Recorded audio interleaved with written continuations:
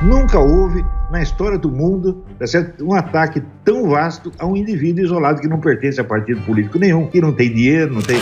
mas ele leu muito, mas ele conhece muito.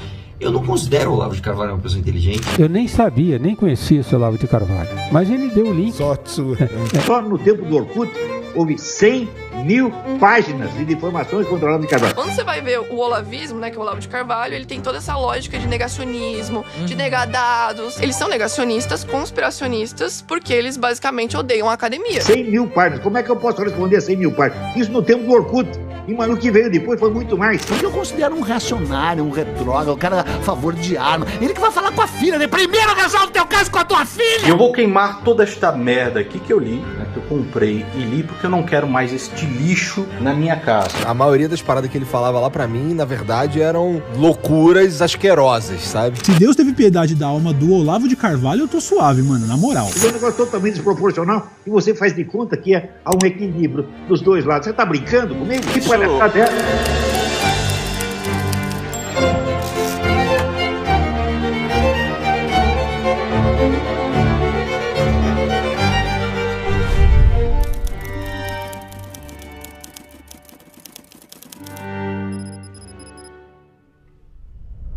Olavo de Carvalho. Desde a primeira vez que eu vi esse nome, me lembro de tê-lo relacionado a um substantivo: rejeição. Rejeição da mídia, rejeição de jornalistas, de influenciadores, da sociedade e, consequentemente, rejeição da minha parte. Me lembro de diversas vezes ter recebido conteúdos do Olavo e, independente do tema, da pessoa que enviava ou da minha disposição em compreender o que ela queria transmitir, meu pensamento era imediato. Ah não, esse cara não. Como alguém pode dar ouvidos a Olavo de Carvalho? A verdade é que eu não sabia muito sobre ele. Tudo o que eu enxergava eram pessoas de esquerda odiando ele, pessoas de direita odiando ele, e sempre que eu ouvia esse nome, era relacionado a alguma polêmica. É uma figura tão controversa que só o fato de você defendê-lo na internet pode gerar uma reprovação massiva do seu público. Então, é claro, aqueles que decidem fazê-lo, mas não têm culhões para se posicionarem com convicção, pisam em ovos. É algo como, olha, eu vou defender o Olavo nessa questão, mas... A maioria das paradas que ele falava lá pra mim, na verdade, eram loucuras asquerosas, sabe? Então, durante anos, meu pensamento foi: todo mundo odeia esse cara. Não tem por que eu dar ouvidos a ele. Eu simplesmente bloqueava qualquer possibilidade de absorver um texto, um vídeo ou uma fala de Olavo. Foi só quando ele morreu em abril de 2022 que algo chamou a minha atenção.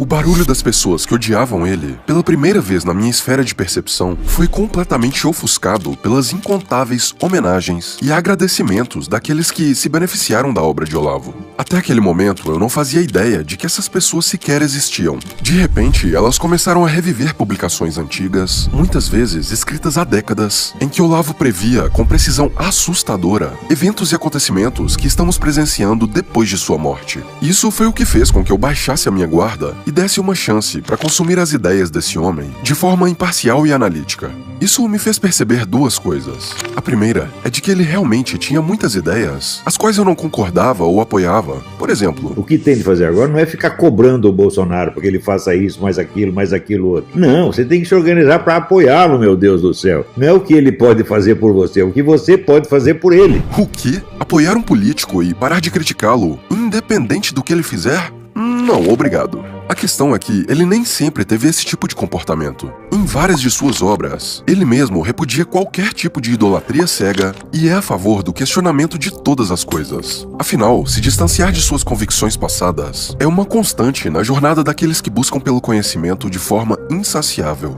Isso me fez perceber outra coisa. Essa doeu, mas foi necessária. Eu percebi que tinha sido manipulado e que passei anos me privando de conhecer as obras de um brasileiro indiscutivelmente genial por ter sido exposto ao famoso ad hominem. Critique o mensageiro e neutralize a mensagem. Algumas falas isoladas me fizeram descredibilizar a obra inteira de uma pessoa que dedicou a sua vida a conhecer a verdade. Percebi também que o fato de eu ter sido manipulado não foi uma coincidência. Não foi por acaso. Esse cara passou a vida toda estudando e descobriu algo que nunca deveria ter sido descoberto. algo que incomodou e ativou os gatilhos perversos do sistema contra ele. Os erros que ele cometeu em seus últimos anos de vida foram o suficiente para que muitos de nós acreditássemos que não deveríamos dar ouvidos a Olavo de Carvalho pelo simples fato de ele ser Olavo de Carvalho. Milhares de pessoas foram manipuladas. Talvez você também tenha sido uma delas. É por isso que hoje eu te convido a fazer o que eu fiz em 2022. Como um exercício de humildade, baixar a guarda e conhecer a verdade sobre o homem que foi odiado, amado, ridicularizado, mas também respeitado. O homem que passou a vida buscando conhecer, mas que durante essa busca acabou descobrindo as engrenagens malignas que moldam o mundo. Essa é a história do homem que desvendou o sistema. Mas o sistema, parceiro...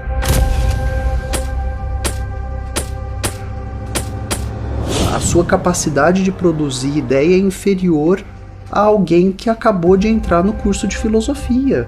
Né? Não tem nada no seu pensamento aproveitável. Você não é bem-vindo aqui.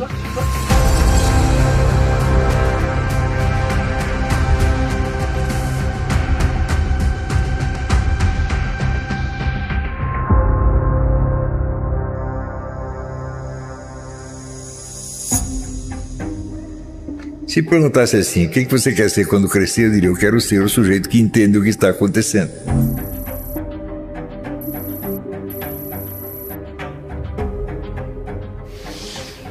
Olavo Luiz Pimentel de Carvalho, professor, filósofo, escritor, ensaísta e jornalista. Escreveu mais de 40 livros, produziu milhares de artigos e criou um curso de filosofia de mais de 500 aulas, responsável pela formação de mais de 80 mil alunos. Em Campinas, 1947, Olavo nasce com uma doença que o impediu de frequentar a escola até os 7 anos. Quando finalmente adentrou a vida escolar, percebeu que era o menos esperto dentre todos os seus colegas. Os 7 anos em casa fizeram com que ele se tornasse um alvo fácil para que seus colegas o passassem para trás em várias situações. E foi aí que ele percebeu. Eu era um bebê, eu não sabia nada da vida. Aquela experiência que parecia ter sido negativa foi, na verdade, o motor que o impulsionou a encontrar cedo o que seria o maior objetivo de sua vida. E daí veio a verdadeira obsessão de entender o que está acontecendo. Obcecado em deixar de se tornar alvo de seus colegas, Olavo passou a observar o comportamento deles para se tornar um pouco mais astuto. O que ele ainda não imaginava era que essa prática seria sua companheira pro resto da vida. E a minha vida inteirinha foi isso. Quer dizer, observar as situações reais humanas, entender o que está em jogo, né, quais são as motivações das pessoas, quais são os resultados que elas vão obter com as suas ações. E entender, então, o processo da vida humana no seu sentido mais concreto, direto e pessoal, por assim dizer. Na verdade, foi só isso que eu fiz a minha vida inteira.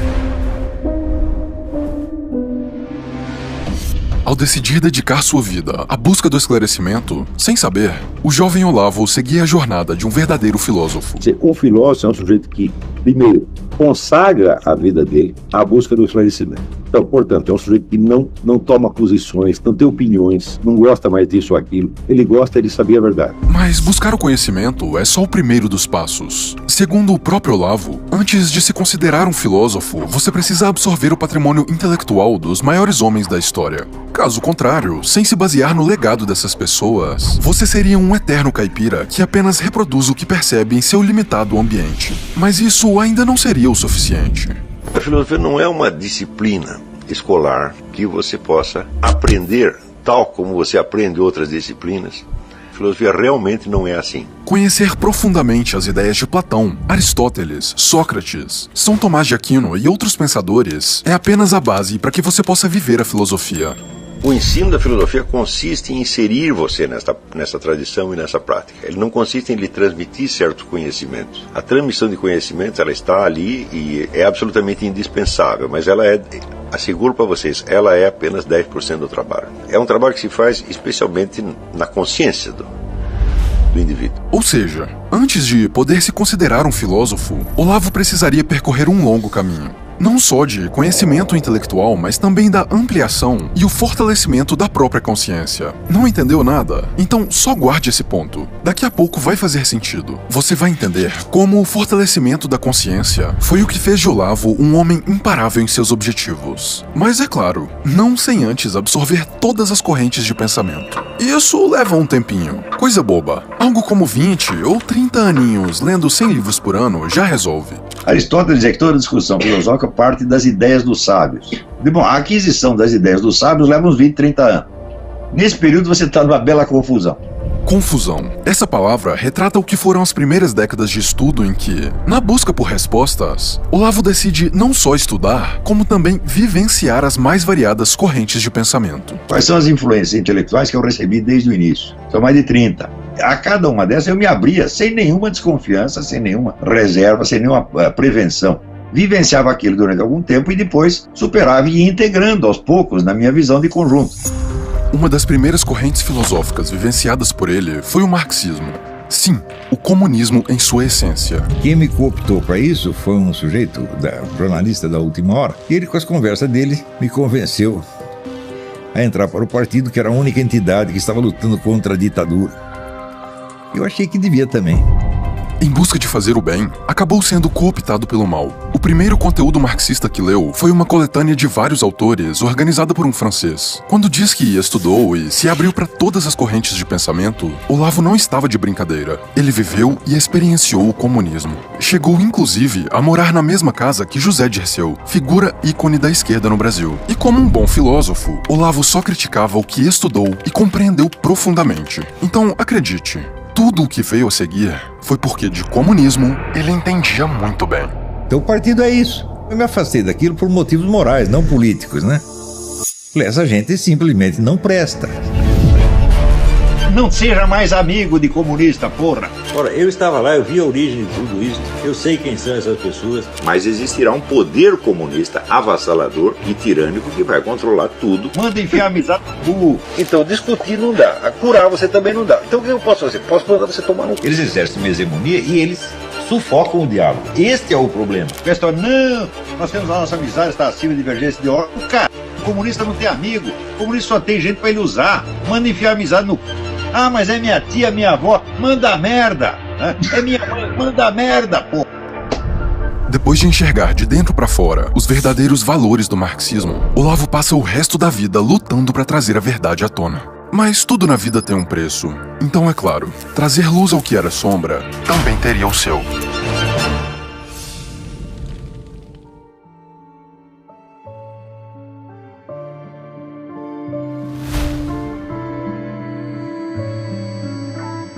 A experiência de ter sido manipulado pelo partido deixou evidente que ele ainda não entendia como as coisas funcionavam. Portanto, vivenciar e se expor a outros dogmas e visões de mundo era o único caminho disponível na busca pela verdade. Em 1979, se interessou pelo campo da astrologia depois de ser convidado por um psicólogo argentino para assistir e documentar um curso sobre o tema. Esse mesmo psicólogo lhe deu vários livros de astrologia para estudar. O que ele não imaginava é que, posteriormente, esse período de estudo seria usado pelo sistema para atacar sua credibilidade.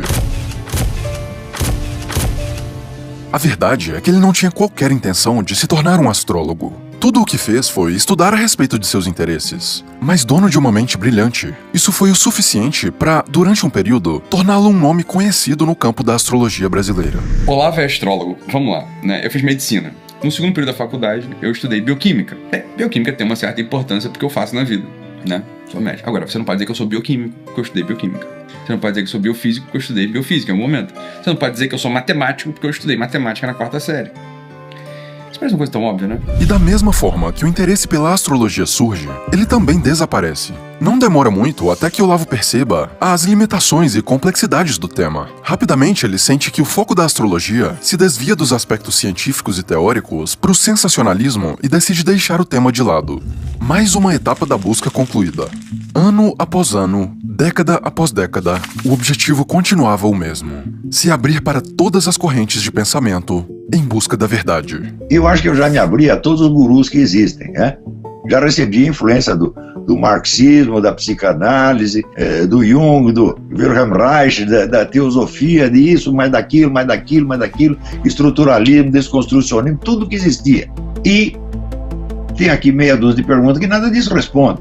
Aos 43 anos, depois de uma longa jornada, se olhou no espelho e chegou à conclusão de que já sabia tudo sobre si mesmo, mas que ainda havia perguntas que nenhuma doutrina foi capaz de responder. Foi nesse ponto que começou a seguir uma linha de pensamento independente. E só quando eu tinha certeza de não ter encontrado a resposta nas influências recebidas, é que eu arriscava a minha própria teoria. Olavo finalmente percebeu. Ele havia se tornado um filósofo. A minha descoberta é que eu já estava um homenzinho e que aí para diante eu devia seguir a minha própria cabeça, não porque quisesse ser independente, mas porque eu estava entrando em territórios onde os meus gurus não sabiam e não podiam me orientar. Eu falava, agora eu vou sozinho. Mas espera, 43 anos, vivenciando as mais diversas correntes de pensamento, lendo 100 livros por ano, buscando a verdade e sendo capaz de escrever uma interpretação 100% original sobre Aristóteles. Será que isso é o suficiente para considerar alguém um filósofo? Não de acordo com a elite acadêmica brasileira. Apesar de não ter sido formado na academia, ele se auto-intitula filósofo. Cala a boca. O que o Olavo faz há tantos anos? Filosofa e ensina filosofia. Eu estudei o assunto, você não. E aí o pessoal pergunta assim, mas e o diploma? O que o diploma tem a ver com isso? Ele é um filósofo autoproclamado. Filósofo é quem tem um diploma da USP, né? Marilena Chauí. De acordo com essa elite, antes de se intitular um filósofo, o sujeito teria primeiro que conseguir um diploma acadêmico. Por isso, consideravam Olavo um mero charlatão. Bom, se o curso de filosofia da USP é o que diferencia um filósofo de um charlatão, aqui vai uma lista dos maiores charlatões da história. Sócrates, Aristóteles, Platão, Confúcio, René Descartes, Tomás de Aquino, Voltaire, Hegel, Schopenhauer, Nietzsche, Kant, Maquiavel. Mas sabe quem não é charlatão?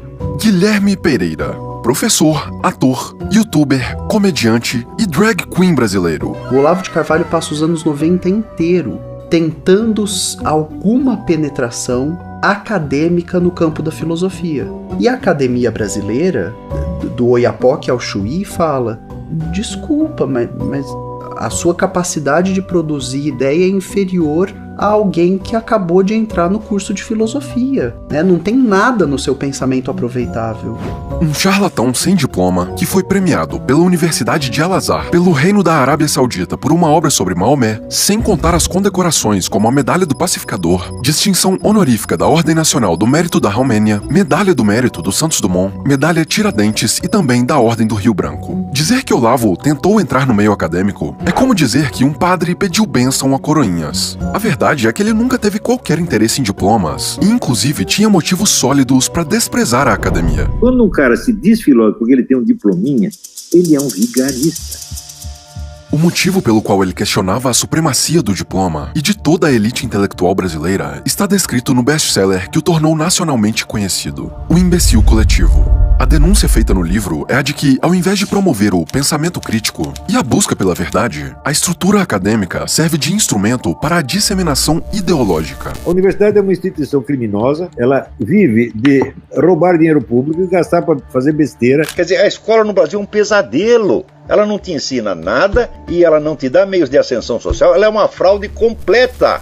Eu já disse, discordo de muitas das coisas que ele falava, mas se tem algo que concordo plenamente com Olavo, é a ideia de que o Estado desempenha um papel fundamental na formação de completos imbecis. O erro essencial é a ideia de que o governo federal tem que educar a nação. O governo não tem que educar ninguém, minha gente, é a sociedade que tem que se educar a si mesma. O Brasil tem 200 milhões de habitantes, por que só meia dúzia de gênios iluminados vão ter ideias certas e dizer, olha, o programa educacional tem que ser esse aqui? Pensa bem, qual incentivo o Estado tem para fornecer educação de qualidade que questione a verdade? Que tipo de população é mais fácil de manipular, enganar, roubar e controlar? Aquela composta por indivíduos com pensamento crítico? Ou talvez aquela formada por imbecis, incapazes de saber em que planeta vivem? Planeta que a gente vive, planeta, qual planeta a gente vive? Ô moço, não sei não, viu? A Terra. Não? Me fala agora em que planeta que fica localizado a Coreia do Norte. Que planeta? Coreia do Norte. Isso. Não a do Sul. Em que planeta que fica localizada a Coreia do Norte? Coreia do Norte. Tem uma dica? Uma dica? Tem. Em que planeta que a gente vive? Planeta Terra. Essa é a dica. Cara, eu sou péssimo nisso. Nunca fui bom em geografia, cara. Aos olhos do Estado, a sociedade ideal é aquela perfeitamente dócil, conformista, facilmente manipulável. Enxergar esse conflito de interesses foi a gota d'água para que Olavo tomasse uma decisão. Um ponto sem retorno. Uma decisão que o tornaria um guerreiro solitário. Um inimigo declarado do sistema.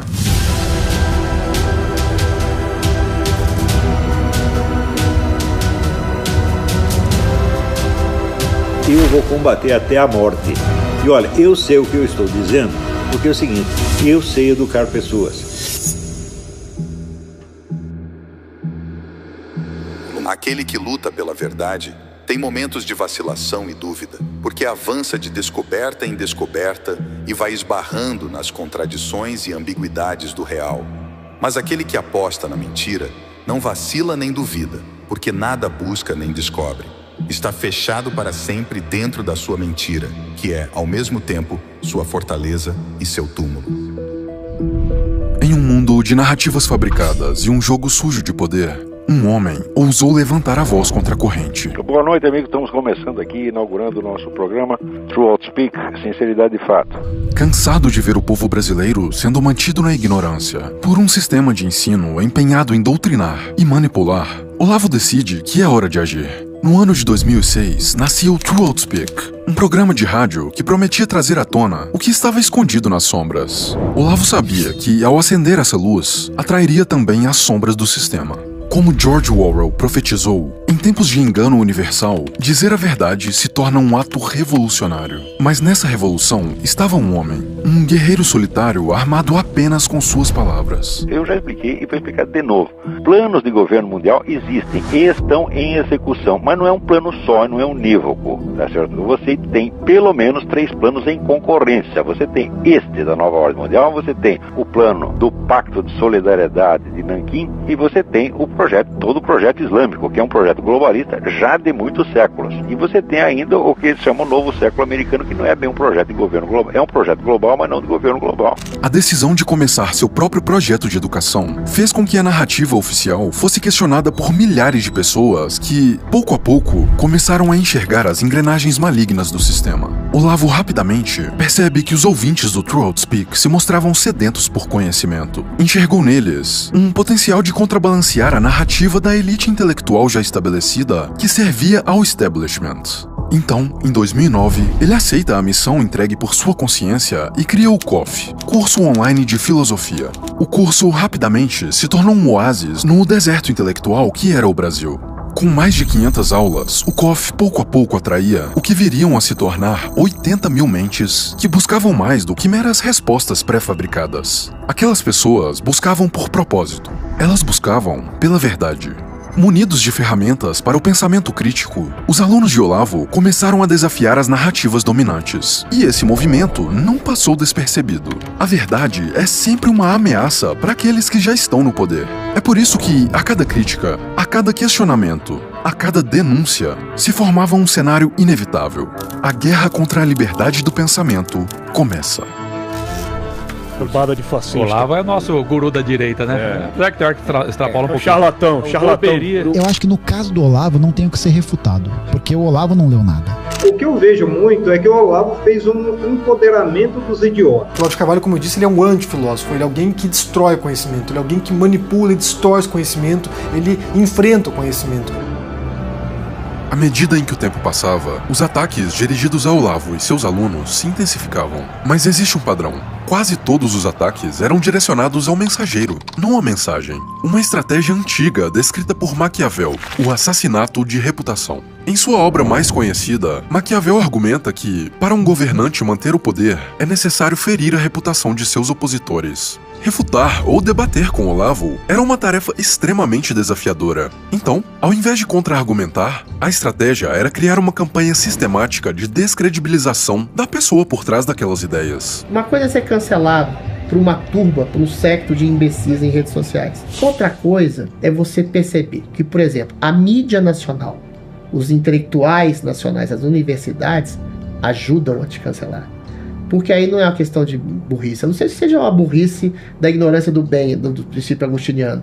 aí é má fé. A gente meio que é condicionado a acreditar na primeira opinião que a gente viu a respeito de um tema, alguém ou algo. Portanto, quando alguém chega e contradiz aquilo, a gente pensa que o sujeito é errado. O sistema se aproveita disso e coloca títulos falsos, afirmações falsas e fazem a gente acreditar que um sujeito é mau, que uma situação é ruim, quando na verdade isso é a nossa natureza sendo utilizada contra a gente. Por isso que eu sempre digo, leiam muito para não serem enganados. Mas com todos esses ataques, todo o ódio e o assassinato de reputação, por que continuar? Por que seguir até o fim de sua vida falando sem filtro tudo aquilo que pensa? Não seria mais fácil moldar seu discurso com palavras mais sutis? Ou quem sabe até mesmo, simplesmente parar de se expor e seguir a vida de forma tranquila? Esse seria o caminho mais lógico, um atalho até a paz, disponível para quase todos aqueles com senso de autopreservação, mas não para Olavo. Lembra do que eu falei mais cedo sobre o fortalecimento da consciência? Foi isso que fez dele um homem imparável em sua missão. Ele tinha motivações que, à primeira vista, não fazem qualquer sentido para a maioria de nós. E esse é o ponto. Se você quer mudar o sistema, você é escravo dele. Está vivendo em função dele. Então o importante não é mudar o sistema, é você criar um outro sistema para você mesmo e dizer, eu vivo no meu sistema, o seu é irreal. Ou seja, estão todos vivendo uma peça de teatro e eu saí da peça de teatro. Ou seja, eu não reajo de acordo com as pautas de conduta que são as suas, as minhas motivações não são as suas, vocês não vão compreender o que eu estou fazendo e eu estou pouco me lixando se vocês compreendem ou não. Para entender o que isso significa, precisamos antes compreender uma das maiores contribuições que Olavo deixou, as 12 camadas da personalidade.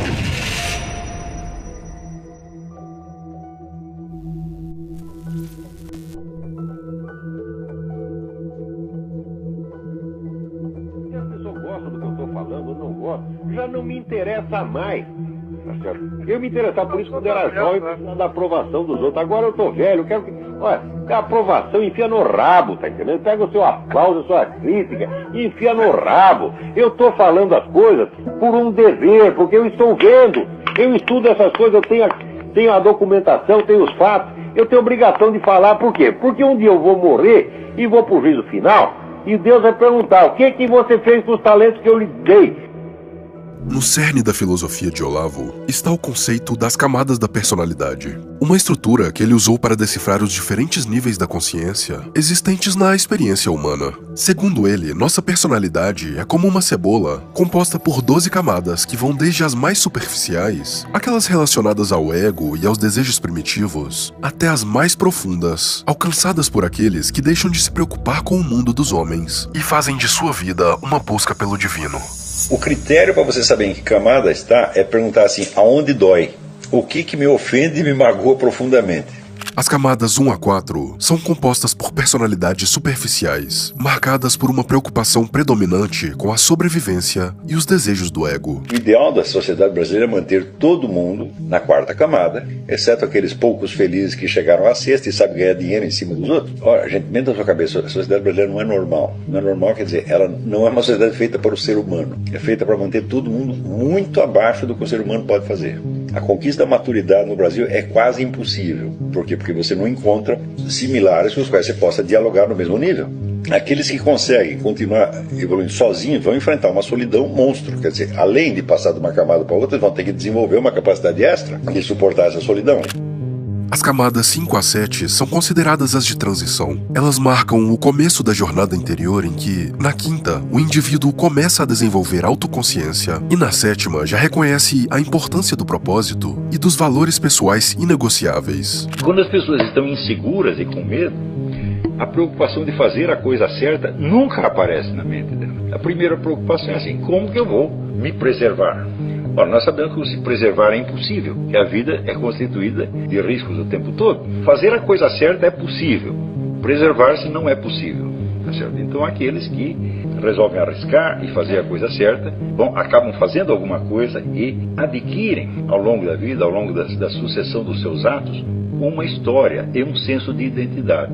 A 8ª camada é marcada pelo despertar espiritual. A partir desse ponto, a pessoa entra em uma jornada mais elevada da evolução da consciência. Sofrimentos, anseios, prazeres e dores. A busca por benefícios materiais e coisas mundanas se torna cada vez menos relevante. Se você não entende que você é uma alma imortal, que esta vida é apenas como dizia o Bruno Tolentino, é apenas um rascunho, então você vai dar muita importância a benefícios que você pretende obter desta vida e você vai perder força. Porque este é o truque. Quando a igreja diz que a alma tem 3 inimigos, o mundo, o diabo e a carne, o que é a carne? A carne é a tendência que você tem de achar que aquilo que afeta você sensorialmente é o mais importante, é a realidade mesmo. Esse é o primeiro engano. Bom, o diabo você sabe o que é. O diabo é o tentador e acusador. E o mundo o que é?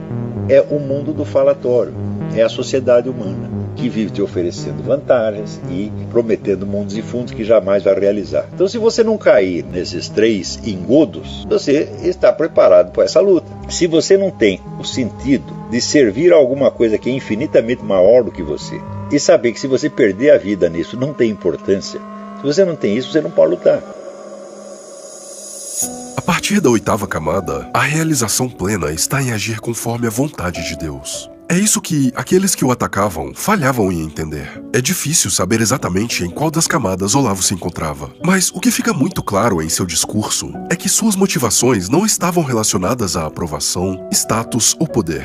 Ele lutava pelo que julgava ser o certo a se fazer. O que a Bíblia diz? Tem a expressão caminhar diante de Deus. Então, se você faz de Deus o seu interlocutor, a sua plateia, diz eu estou agindo diante dele, eu quero agradar a ele e a mais ninguém, né? Pronto, você já está numa chave que as pessoas em volta não podem atingir, porque elas estão a fim de agradar o patrão, o chefe, o grupo de amigos, etc, etc. Para 1000 vezes na vida eu passei por uma situação onde eu perdia tudo, não sobrava nada. E sobrava somente uma coisa, sobrava Deus, sobrava a esperança do perdão dos meus pecados e da vida eterna. É só isso que eu tinha, é só isso que eu tenho, eu não tenho mais nada. Eu posso morrer agora mesmo, tá entendendo? Eu não estou nem ligando. Eu só quero uma coisa, eu quero que Deus me perdoe meus pecados e me leve para perto dele, é só isso que eu quero, porque o resto tudo não existe. O resto tudo vai passar. Aos 74 anos, odiado por muitos e amado por poucos, Olavo deixa este mundo como uma figura controversa, mas indiscutivelmente influente. Morreu ontem, aos 74 anos, o escritor Olavo de Carvalho. Nota de falecimento. Nota 10! Nota 10! Um homem de paradoxos que, para alguns, seguia um projeto perverso de poder, mas para outros, vivia um propósito divino. Na minha visão pessoal, seu maior defeito foi subjugar intelectualmente seus alunos e não aceitar ser questionado. Sempre que era contrariado, se irritava e rapidamente perdia a razão na discussão. Fora isso, o vejo como um ser humano, falho, imperfeito como todos nós, mas que inegavelmente viveu até seu último suspiro tentando fazer o que acreditava ser a coisa certa. Onde quer que ele esteja, certamente chegou lá sem arrependimentos. Agora você diz, ele foi ideólogo da direita. Vai merda, pô, qual é? Ideólogo é a mãe, e direita também. Eu quero ser lembrado exatamente pelo que eu fiz. Eu eduquei uma pá de gente, essa pá de gente está educando o Brasil. Era isso que eu queria fazer, pô. Deu certo.